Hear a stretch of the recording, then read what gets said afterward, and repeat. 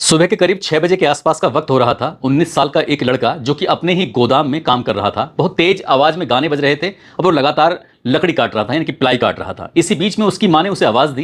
पहली आवाज, दूसरी आवाज, तीसरी आवाज, लगातार आवाज पर आवाज लगा रही थी, लेकिन बहुत तेज साउंड था और साथ ही जो लकड़ी काट रहा था उसकी वजह से भी बहुत ज्यादा तेज साउंड था, वो सुन नहीं पा रहा था। आखिरकार पांचवीं छठी आवाज माँ की उसके कानों तक पहुंच जाती है। जैसे ही माँ की आवाज उसके कानों तक पहुंचती है, वो बहुत जोर से चीखता है, चिल्लाता है। वो कहता है कि मैंने तुमसे कितनी बार मना किया है, जब मैं अपना काम करूं, जब मैं अपने प्रोजेक्ट पर काम करूं तो तब मुझे तुम रोको मत, टोको मत, लेकिन जब देखो तब तुम बीच में आ जाती हो और मेरा कंसंट्रेशन भंग कर देती हो। इसी हिसाब से 19 साल के उस लड़के ने अपनी मां की तरफ चिल्लाते हुए ये बातचीत की। मां ने कहा, बेटा बस मैं तो ये पूछ रही थी, सुबह के 6 बजे हैं और तुम इतनी तेज आवाज में गाने सुन रहे हो, साथ ही ये लकड़ी क्यों काट रहे हो, मेरी तो ये समझ में नहीं आ रहा। वो अपनी मां को डांटते हुए कहता है कि तुम यहां से चली जाओ। मां यहां से चली जाती है, लेकिन मां को जाते हुए कहता है कि किसी से भी कहना यहां ना आए, मुझे अपना काम करने दे। बस 5-6 घंटे बीत जाते हैं। दरअसल उसने 5-6 घंटों में 5 ताबूत तैयार किए थे और 5 ताबूत तैयार करने का सिर्फ एक ही मकसद था कि उन 5 ताबूतों के अंदर एक एक लाश उसके अंदर पैक करे।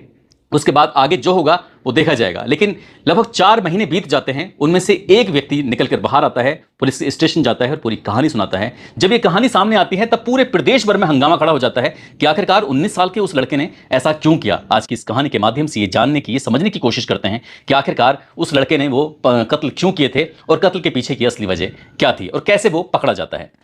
आदाब, नमस्कार, सत श्री अकाल। मैं उस्मान सैफी। आज की जो सच्ची घटना मैं आपको सुनाने जा रहा हूं, ये सच्ची घटना है पश्चिम बंगाल के जिला मालदा की। दरअसल मालदा की ये जिला और सत्र अदालत के न्यायाधीश सुयसु बनर्जी 17 मई 2025 को 23 साल का एक लड़का होता है, इसका नाम आसिफ मोहम्मद होता है।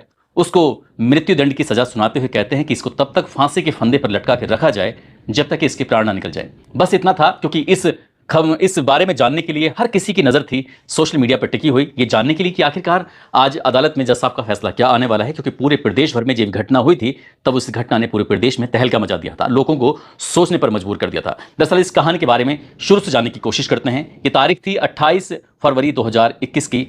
दोपहर लगभग 12 बजे के आसपास का वक्त हो रहा था। मालदा सिटी से लगभग 25 किलोमीटर दूर एक गांव लगता है। गांव का नाम है 16 माइल। दरअसल 16 माइल में एक घर है जो बड़ा सा घर है, पास में ही 2 मंजिला एक गोदाम है और इस घर के अंदर 6 सदस्य रहते हैं। पिता हैं जिनका नाम जावेद अली है, माँ इरा बीबी जिसकी उम्र लगभग 45 साल के आसपास है, पिता की 50 साल के आसपास उम्र है, दादी की उम्र 75 साल है, नाम है अलेक जान बीबी। और बहन है जिसकी उम्र 17 साल है, नाम उसका आरिफा खातून है। बड़ा भाई नाम उसका आरिफ मोहम्मद और उम्र इसकी 21 साल होती है। छोटा भाई आसिफ जिसकी उम्र 19 साल होती है। दोपहर के 12 बजे के आसपास का वक्त हो रहा था। माँ ने कई बार आवाज़ लगाई कि खाना तैयार है और ड्राइंग रूम में आ जाओ और डाइनिंग टेबल पर खाना ये तैयार है। जब माँ ने लगातार आवाज़ लगाई, आवाज़ लगाने के बाद आखिरकार पूरे परिवार के सदस्य आ जाते हैं। एक तरफ माँ खाना लगा रही थी, दूसरी तरफ जो छोटा भाई होता है वो फ्रिज के अंदर से जूस की बोतल निकालता है। उस जूस की बोतल को निकालने के बाद अपने कमरे में जाता है और कमरे में जाने के बाद उसके पास कुछ नींद की गोलियां होती हैं और लगभग 20 गोलियां उसके अंदर डाल देता है। पान जो जूस की बोतल थी उसके अंदर डालता है। जैसे ही सबके सब लोग डाइनिंग टेबल पर अपने अपने बैठ जाते हैं, कुर्सियों पर अपना खाने के लिए इंतजार कर रहे थे, इसी बीच में वो बोतल को हिलाते हुए कहता है कि अभी थोड़ी देर और इसे फ्रीज में रख देता हूँ, जब खाना खाएंगे उसके बाद में जूस पी लेंगे। छोटे भाई ने कुछ इस तरह की बात कही। आराम से बैठते हैं, खाना खाते हैं और खाना खाने के बाद वो अपने बड़े भाई को हुक्म देता है। बड़े भाई से कह रहा था कि मैं थोड़ा देर से खाना खाने के लिए बैठा हूँ, इसलिए आप एक काम करो, वहाँ फ्रिज के अंदर जूस रखा है, उस जूस को निकाल दो सभी लोगों के लिए, लेकिन मेरे लिए थोड़ा निकालना और बाकी अपने हिसाब से जैसे चाहो वैसे कर लेना। ठीक वैसे ही करता है। उसका जो बड़ा भाई होता है वो फ्रिज के पास जाता है, वो जूस की बोतल निकालता है। निकालने के बाद 6 गिलासों में वो करता है और जैसे ही 6वें गिलास में वो कर रहा था, तुरंत ही छोटे भाई ने कहा कि मेरे लिए थोड़ा कम निकालना, मुझे कम पीना है, वैसे ही मैंने दिन में पी लिया था। इस तरह की बात थी। आखिरकार वो 6 के 6 गिलासों में कर दिया जाता है और सबके सब जूस पीने लगते हैं। जो सबसे छोटा वाला होता है वो अपने गिलास को उठाता है, बिना पिए वहां से सीधा गोदाम में जाता है और जाने के बाद अपने लैपटॉप पर इंग्लिश मूवी लगाता है और इंग्लिश मूवी लगाने के बाद आराम से कानों में लीड लगाकर देख रहा था। कुछ वक्त बीत जाता है। कुछ वक्त बीतने के बाद वापस लौटकर आता है और जैसे ही लौटकर आता है तो जो डाइनिंग टेबल है उसके बाद कुर्सी है, कुर्सी पर जितने भी सदस्य बैठे हुए थे, उसकी माँ, उसके अब्बू, उसकी दादी, उसकी बहन, उसका भाई, ये सब के सब बेहोशी जैसी हालत में थे। सबके मुंह से झाग निकल रहे थे। अब वो समझ चुका था कि ये विरोध करने की स्थिति में नहीं है। इसके बाद वो दौड़ता हुआ जाता है वापस अपने गोदाम में, गोदाम में जाने के बाद जो उसने सुबह 6 बजे से लेकर दोपहर 12 बजे तक जो उसने अपना प्रोजेक्ट तैयार किया था, प्रोजेक्ट में दरअसल उसने बनाए हुए थे 5 ताबूत बनाए हुए थे। उसके लिए बाजार से लकड़ी खरीद के लाया था, पहले से ही पॉलिथीन का बड़ा सा बंडल खरीद के लेकर आया था। जब उसने ताबूत बनाए थे तो उस ताबूत में उसने ऊपर की साइड में एक सुराग भी कर दिया था ताकि उसमें पानी भर सके, और पानी को रोकने के लिए वो एक पूरा का पूरा पॉलिथीन का बंडल लेके आता है। आखिरकार वो उन्हें रख देता है लाइन से लगाने के बाद, फिर यहां से दौड़ता हुआ अपने घर की तरफ जाता है। और घर जाने के बाद, क्योंकि गोदाम और घर दोनों एक ही उसमें हद में बने हुए हैं, क्योंकि यहां से उसे उस दीवार को फांदना नहीं था, दूर नहीं जाना था। जब वहां जाता है, जाने के बाद खड़ा हो जाता है। खड़ा होने के बाद वो इंतजार कर रहा था कि आखिरकार सबसे पहले किसे लेके जाऊं। तभी अपने बाप की तरफ चिल्लाता हुआ, गुस्से में बुदबुदाता हुआ कहता है कि तुम हमेशा मुझ पर चीखते थे, चिल्लाते थे, देखता हूं आज तुम मुझ पर कितना चीखोगे, कितना चिल्लाओगे। अपने बाप को घसीटते हुए सीधा उस गोदाम की तरफ लेके जाता है, ताबूत के पास लेके जाता है। ले जाने के बाद उसे लग रहा था कि अभी तो मुंह से झाग निकल रहे हैं, हो सकता है कि जिंदा हो इसलिए विरोध कर सकते हैं। इसलिए सबसे पहले उसने उसके हाथ बांधे, पैर बांधे, मुंह पे टेप लगाया ताकि चीख ना सके, चिल्ला ना सके। क्योंकि वो पांचों के पांचों ताबूत को बिल्कुल पूरी तरह से तैयार कर चुका था। उसने पॉलिथीन इस हिसाब से लगा चुका था ताकि जब वो ऊपर से पानी डालेगा तो वो पानी रिसे नहीं, बाहर ना निकले। लेकिन उसने जैसे ही अपने पिता को उस ताबूत के अंदर पैक किया, उसके बाद जो उसका ढक्कन था उस पर उसने कील लगाया और उस पूरी तरह से उसने पैक कर दिया। इसके बाद उसने पहले उस ताबूत को देखा, देखने के बाद क्योंकि उसमें पानी डाल रहा था कि पानी बाहर तो नहीं जा रहा है, उसका प्रयोग सफल हो जाता है। पानी निकल तो रहा था लेकिन बहुत ज़्यादा नहीं। इसके बाद वो फिर वापस घर में जाता है, अपनी माँ को लेके आता है। माँ से कहता है कि माँ, अब्बू के पास में ही लेटी रहोगी तो ज़्यादा बढ़िया रहेगा, इसलिए अब्बू के पास चलते हैं। अपनी माँ को भी उठाकर लेके आता है। लाने के बाद जैसे अपने पिता को उसने ताबूत के अंदर पैक किया था, ठीक उसी अंदाज में, उसी तरीके से अपनी माँ को भी उसने ताबूत के अंदर पैक कर देता है। और पैक करने के बाद उसको भी ढक देता है और उसके अंदर भी पानी छोड़ देता है। मुंह पे टेप लगा होता है, हाथों पे भी उसे टेप लगा होता है, पैरों को भी टेप से बांध रखा था ताकि ये अगर जाग जाए तो विरोध ना कर सकें, चीख ना सकें, चिल्ला ना सकें। आखिरकार फिर से जाता है, फिर अपनी बहन को लेकर आता है। बहन से कहता है कि तुम्हारी शादी के लिए पिता ने 10 लाख रुपए इकट्ठा किए थे और बिल्कुल पूरी तैयारी कर रखी थी। वैसे भी तुम अभी 15 साल की हो, कई साल बाकी थे, लेकिन पिता को बहुत ज्यादा जल्दी थी तुम्हारी शादी के लिए। अब तुम्हारी कब्र के अंदर ही तुम्हारी शादी होगी, तुम बिल्कुल टेंशन मत लो। इस तरह की बातचीत करते हुए अपनी बहन को भी लेके आता है और लाकर उसमें रख देता है। अब चौथे नंबर पर जाता है और चौथे नंबर जाने के बाद अपनी दादी, क्योंकि दादी की उम्र लगभग 75 साल के आसपास है, शरीर उनका बहुत भारी हो रहा था, इसलिए अपनी दादी को उठाने में बड़ा असमर्थ हो रहा था। समझ नहीं पा रहा था कि ताबूत तक अपनी दादी को कैसे लेके जाए। तभी उसने अपनी दादी के पैरों में रस्सी बांधता है और रस्सी बांधने के बाद जिस तरह से किसी भारी वस्तु को खींचते हैं, उसने कंधे पर रस्सी डालकर उसको खींचना शुरू कर दिया। आखिरकार दादी को खींचते हुए सीधा ताबूत के पास लेके जाता है और दादी के साथ भी बिल्कुल ऐसे ही करता है जैसे क्या उसने अपने पिता के साथ किया था, यानी कि पैरों को बांधता है टेप से, हाथों को भी बांध देता है, साथ ही मुंह पर टेप लगा देता है, वो बहुत चीख ना सके, चिल्ला ना सके। जैसे जैसे वो उसे पैक करता था, हर एक ताबूत के अंदर पानी का पाइप छोड़ दिया करता था ताकि पूरा का पूरा वो ताबूत भर जाए। इस हिसाब से उसके सबसे लास्ट में जो नंबर आता है उसके भाई का आता है। अब जैसे ही अपने भाई को उठाता है, भाई उसके 21 साल के आसपास होता है, खुद वो 19 साल का था, 3 साल का अंतर था, लेकिन जो भाई था वो थोड़ा मजबूत था, टिकाऊ था। उसको भी ले जाने में थोड़ी सी उसको तकलीफ होती है, मेहनत लगानी पड़ती है। आखिरकार वो अपने भाई को भी लेके जाता है और क्योंकि वो लगातार इस काम को कर रहा है, करते करते कई घंटे बीत जाते हैं, लेकिन वो थक चुका था, इसलिए अपने भाई को उसे पूरी तरह से ना वो बांध पाता है, ना ज़्यादा उस पर ध्यान दे पाता है। हालांकि बार बार उसको पीट जरूर रहा था, जब उसे उसके हाथ पैर बांध रहा था, मार रहा था, और वो कह रहा था कि जो भी कुछ मुझे इस घर में सुनने को मिला है आज तक, वो सब तुम्हारी वजह से मिला है। इसलिए अपने भाई के साथ वो वैसे ही पैक करता है जैसे माँ, जैसे दादी, बहन, इन सबको पैक किया था। आखिरकार पैक करने के बाद उसको बंद कर देता है। अब वो हार जाता है, थक जाता है। शाम के 7 बज जाते हैं, ये 28 फरवरी 2021 का वाकया है। जब शाम के 7 बज जाते हैं, अचानक ही कुछ देर के बाद वो थका हुआ है, कोने में बैठा हुआ कुछ खा पी रहा था। उसके बाद उसे देखता क्या है कि 5 ताबूत में से एक ताबूत है जो हिल रहा था, डुल रहा था। उसे लग रहा था कि ये ताबूत किस तरह की हरकत कैसे कर रहा है। तुरंत ही उसके जो ढक्कन होता है वो उसको उखाड़ता है। उखाड़ने से पहले वो घर के अंदर जाता है, एकदम से पिस्तौल लेके आता है। पिस्तौल इसलिए लेके आया था ताकि वो अगर सामने वाला विरोध करेगा तो उसे गोली मार देगा। आखिरकार उसे जैसे उसने पिस्तौल से उसको अपने जो भाई था, क्योंकि भाई का ताबूत था जो हिल रहा था, डुल रहा था, और उसे जैसे उसने पिस्तौल लगाई क्योंकि उसे मारने के लिए, तो उसने कुछ रिक्वेस्ट करना शुरू कर दिया। रिक्वेस्ट करते करते आखिरकार जब पूरी ताकत लगाता है तो उसके हाथ खुल जाते हैं, क्योंकि वो उसके जो हाथों पर टेप था वो पूरी ताकत से, पूरी सही से उसको शायद बांध नहीं पाया था। वो उठ के खड़ा हो जाता है, अपने हाथ पैर खोलता है, मुंह से टेप हटाता है और हटाने के बाद अपने भाई से पूछता कि आखिरकार तुमने ऐसा क्या दिया था कि सबके सब लोग एकदम बेहोश हो गए थे, ये हुआ क्या था। पूरी कहानी जानने की कोशिश कर रहा था। तब वो अपने भाई से गुस्से में बुदबुदाते हुए कहता है कि जो भी कुछ इस घर में होता है वो तुम्हारी वजह से होता है। बातचीत करते करते अपने भाई से शांत करने की कोशिश कर रहा था, कह रहा था कि बैठ जाओ, इस तरह की बात थी। लेकिन अचानक से मौका लगता है, जो बड़ा भाई था उसने छोटे भाई को उठाकर एकदम से पटक दिया और उसके हाथ से वो पिस्तौल छीन ली थी। आखिरकार पिस्तौल छीन ली। उसके बाद फिर इन दोनों में काफी देर तक जद्दोजहद होती रहती है। वो अपने भाई से कहता है कि अगर तुमने कुछ भी करने की कोशिश की तो शायद तुम्हें इस बात का अंदाजा नहीं है मैं क्या कर सकता हूं। जैसे ही छोटे भाई ने बड़े भाई को इस तरह की बात कही तो उसने कहा कि तुम क्या कर सकते हो। उसने कहा कि मेरे पास तुम्हारा वीडियो है। दरअसल कुछ दिन पहले की बात है, उसकी गर्लफ्रेंड होती है जिसका नाम सुल्ताना होता है। सुल्ताना घर पर आई हुई थी, दोनों ही आपत्तिजनक स्थिति में थे, न्यूड अवस्था में थे।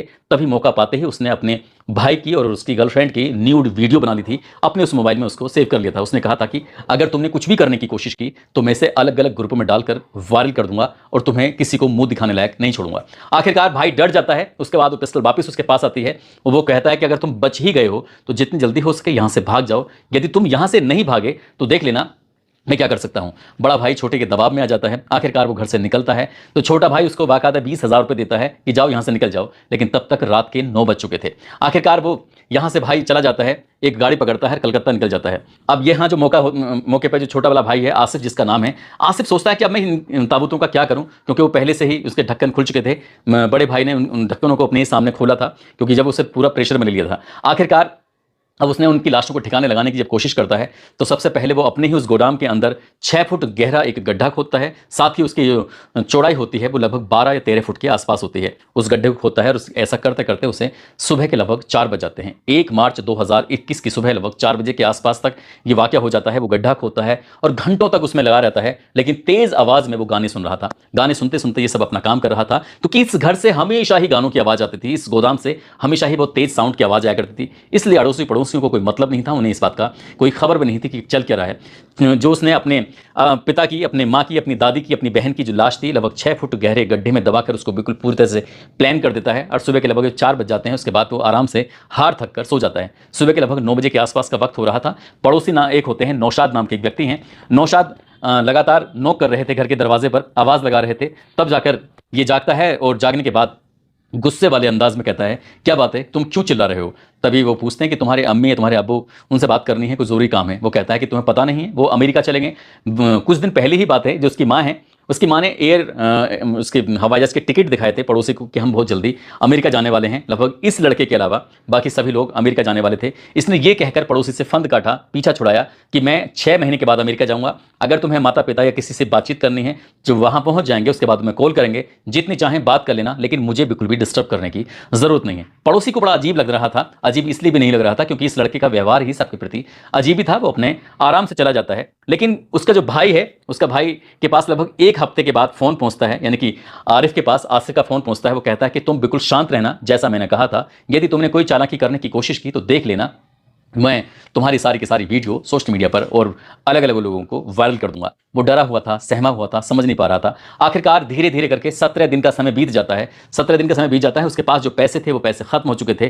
तभी उसने अपने जो झारखंड में उसके मामा रहते हैं, बरहरवा एक जगह लगती है, वहाँ शीश मोहम्मद को फ़ोन करता है, अपने मामा को, आरिफ, और फ़ोन करते हुए कहता है कि मामा अगर आपको कोई एतराज़ ना हो तो क्या मैं आपके पास आ सकता हूँ। उसके मामा कहते हैं कि यार ये भी कोई पूछने की बात है, मामा के घर भी पूछने के लिए आना, पूछ कर ही आना पड़ेगा, आराम से आओ और घर वालों को लेके आओ, कोई दिक्कत नहीं, कोई परेशानी नहीं। लेकिन आरिफ वहाँ पहुँच जाता है, पहुँच जरूर जाता है, बिल्कुल शांत रहता था, बुझा हुआ रहता था। 4 दिन बीत जाते हैं। आखिरकार उसके मामा पूछते हैं कि यार तुम्हारे घर में किसी से बातचीत करने की कोशिश करो तो किसी का नंबर नहीं मिल पा रहा है, ना तुम्हारे अब्बू का नंबर मिलता है, ना तुम्हारी अम्मी का नंबर मिलता है, बाकी नंबर भी नहीं मिल पा रहे हैं। आखिरकार क्या मामला है? वो कहता है कि मुझे कुछ नहीं पता है, बस मैं कुछ नहीं जानता, जब मैं घर गया तो घर बंद था। कुछ इस तरह के वो बहाने कर देता है। आखिरकार जो उसका मामा था, क्योंकि उसकी जिज्ञासा बिल्कुल भी शांत नहीं हो रही थी, आखिरकार छोटे वाले को फोन लगाता है। फोन लगाने के बाद पूछता है अपने अम्मी अब्बू वगैरह से बातचीत कराओ। वो कहते हैं कि वो अमेरिका जा चुके हैं। अब सब लोग जानते हैं, बार बार मुझे क्यों परेशान कर रहे हो। इसलिए छोटे वाले का व्यवहार कुछ अकड़ू टाइप का था, गुस्से में वो रहता था। अपने मामा को भी कुछ इस तरह से झाड़ते हुए, डांटते हुए इस तरह से बात करता है कि जब वहां अमेरिका पहुंच जाएंगे आराम से बातचीत करेंगे, जितनी चाहे उतनी बात करना, लेकिन मुझे बिल्कुल भी परेशान मत करना।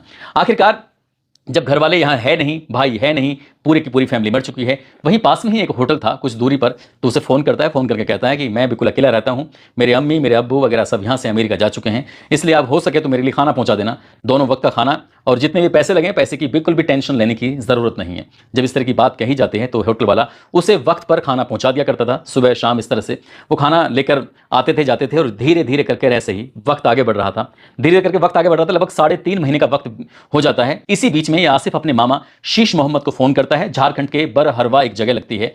फ़ोन करके कहता है कि मामा जी, हमने जो अपना घर बनाया था तो आपसे 2,80,000 रुपये उधार लिए थे, आप आओ और अपने पैसे लेकर चले जाओ। जैसे ही लड़के ने ये बात कही, उसका मामा खुश हो जाता है। उसने कहा कि ठीक है, अगर पैसे मिल रहे हैं तो उसमें बुराई क्या है। लेकिन 3-4 दिन के बाद जाता है। जब 3-4 दिन के बाद जाता है, दरवाजे को नॉक करता है। दरवाजे को नॉक करने के बाद उसमें आवाज़ लगाता है, पूछा जाता है कौन। वो कहता है कि मैं शीश मोहम्मद, तुम्हारा मामू आ गया हूँ। जब मामू के बारे में बात की जाती है, उसने कहा कि मैंने तुमसे कहा था पैसे लेने के लिए आ जाओ, जिस दिन मैंने कहा था आप उस दिन क्यों नहीं आए, यानी कि आप 3-4 दिन के बाद आए हो, इस तरह के अब पैसे नहीं मिलेंगे, अब यहाँ से जाइए, इस तरह की बात वो कहते हैं कि यार मैं तुम्हारा मामा लगता हूँ, तुम मुझसे ऐसे कैसे बातें कर सकते हो, मैंने पहले फोन किया था तब भी तुमने मुझसे इसी तरह से बातचीत की थी। वो कहता है कि मैंने तुमसे कहा कि यहाँ से चले जाओ, जिस दिन मैं अगली बार फोन करूंगा उस दिन पैसे लेने के लिए आ जाना, जानते नहीं हो मैं कितना खतरनाक आदमी हूं, मैं क्या कर सकता हूं। जब इस तरह की बात थी, मामा को वाकई उस दिन बहुत ज्यादा अजीब लगा था, क्योंकि उसने उससे पहले कभी इस तरह की धमकी नहीं दी थी, इस तरह की बात नहीं कही थी।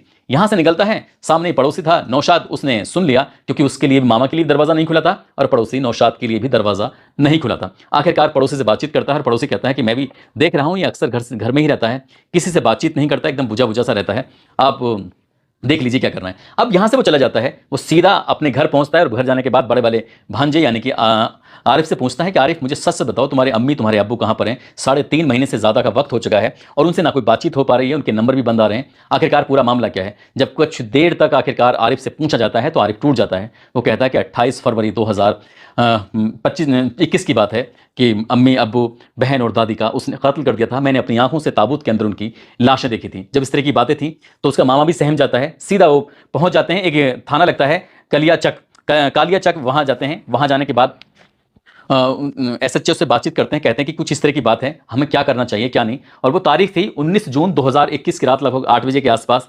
पुलिस ने पूरी कहानी जानी, उसके बाद FIR वगैरह ये दर्ज कर लेते हैं और FIR दर्ज करने के बाद उस घर को, जिस घर में 16 माइन जो गांव है उस घर में जाते हैं, उसे चारों तरफ से घेर लेते हैं और घेरने के बाद आवाज़ लगाते हैं कि तुम बाहर निकल के आओ, नहीं तो फिर हम दरवाज़ा तोड़कर अंदर आ जाएंगे। लड़के ने दरवाज़ा खोला नहीं, इसलिए दरवाज़ा तोड़ा जाता है। पुलिस जब अंदर जाती है, अंदर जाने के बाद उससे पूछा जाता है कि तुम्हारे घर वाले कहाँ हैं, उनके बारे में जो भी है सच सच बताओ। तो वो शुरुआत में तो वो जैसे हर मुलजिम हर अपराधी इस तरह की बातें करता है, तो शुरुआत में वैसी बातें कर रहा था, लेकिन पुलिस ने जब उससे सख्ती से पूछना शुरू किया है तब वो बताने लगता है कि मैंने उन्हें मारकर दबा दिया है। अब पुलिस वालों ने पूछा कि मारकर तुमने कहां दबाया है, तो जो बड़ा सा गोदाम था उस गोदाम में एक जगह बताता है कि यहां पर कई पुलिस वाले लगातार घंटों तक गड्ढा खोदते रहते हैं, मजदूरों की मदद लेते हैं।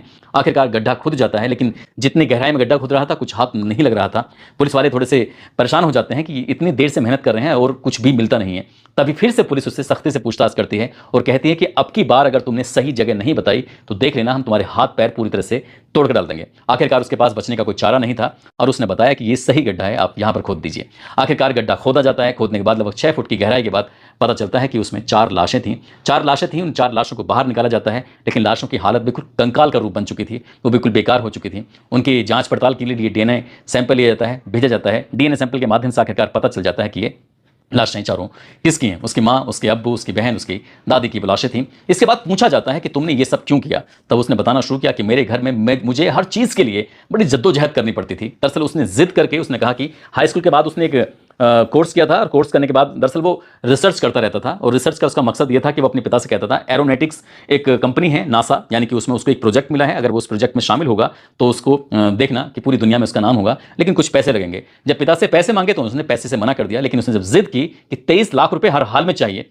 आखिरकार उसके पिता को जमीन बेचनी पड़ जाती है और 23 लाख रुपए का इंतजाम कर लिया जाता है। हालांकि वो नासा तो नहीं जा पाया था, लेकिन बाद में उससे पहले भी उसने जो अपने कुछ गैजेट्स वगैरह जैसे कि लैपटॉप है, मोबाइल है या कुछ और चीज़ें खरीदनी थी, तब घर वालों ने दिलवाने से मना कर दिया था, तो गुस्से में घर छोड़कर चला गया था। जब वापस लौट कर आया तो माँ ने कहा कि ये बच्चा है, इस तरह से जाता रहेगा तो किसी दिन ऐसा ना हो कि कोई बुरी खबर मिले, इसलिए जो कहता है इसकी बात मान लो। तब लैपटॉप और उसके लिए मोबाइल या उसके जो गैजेट्स थे वो सब चीज़ दिलवाई जाती हैं और इसी तरह से उसने 23 लाख रुपए की ज़मीन बिकवाई थी और इसी तरह से जो गोदाम था उस गोदाम को भी उसने अपने पिता से अपने नाम करा लिया था जिद पर। आखिरकार घर वाले उसकी जिद के आगे टूटते चले जा रहे थे और वो जैसा कहता था वैसे ही उसके पिता ने जो ज़मीन बेची थी 10 लाख रुपए अपनी बेटी की शादी के लिए भी इकट्ठे कर दिए थे, रख लिए थे, कहीं भविष्य में ऐसा ना हो कि ये भी पैसे खत्म हो जाएं।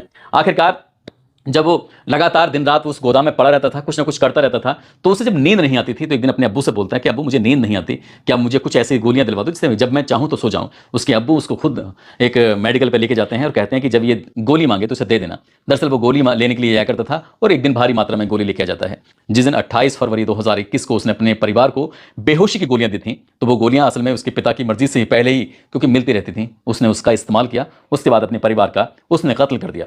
ये 26 अगस्त 2021 को मालदा सेशन कोर्ट में चार्जशीट दाखिल की जाती है। दोनों तरफ के वकील, एक वकील होता है जो इसे बचाने की कोशिश कर रहा था, एक वकील होता है जो इस मामले में बिल्कुल सारे तथ्य जोड़कर वो बता रहे थे कि इसने कितना हीनियस क्राइम किया है। आखिरकार तारीख पर तारीख पड़ती हैं। उसके बाद फिर 16 मई 2025 को इसको दोषी करार दे दिया जाता है आसिफ को, और दोषी करार देने के बाद ठीक अगले दिन 17 मई 2025 को जो जज साहब होते हैं उसको मृत्यु दंड की सजा सुनाते हैं और कहते हैं कि इसे तब तक फांसी के फंदे पर लटका के रखा जाए जब तक इसके प्राण न निकल जाए। आखिरकार इसके फिलहाल वो मालदा की जेल में बंद है और इंतजार कर रहा है। हाई कोर्ट में भी मामला लंबित है। हाई कोर्ट के बाद अभी सुप्रीम कोर्ट है, सुप्रीम कोर्ट के बाद अभी राष्ट्रपति है। जब तक ये फाइल इसकी राष्ट्रपति तक पहुंचेगी तब तक शायद इसकी ज़िंदगी के हो सकता है कि 50 साल बीत जाएं, 40 साल बीत जाएं, क्योंकि हमारे देश का कानून कितना धीरे धीरे काम करता है आप सहज ही अंदाज़ा लगा सकते हैं। लेकिन जिस तरह का इसने अपराध किया है वाकई इसको कम से कम समय में फांसी जरूर हो जानी चाहिए ताकि समाज को एक संदेश जाए। क्योंकि जब ये घटना होती है तो लोग सोचने पर मजबूर थे कि आखिरकार एक 19 साल का लड़का इतना बड़ा क्राइम कैसे कर सकता है। जब इससे पूछा जाता है तो बताता है कि इसने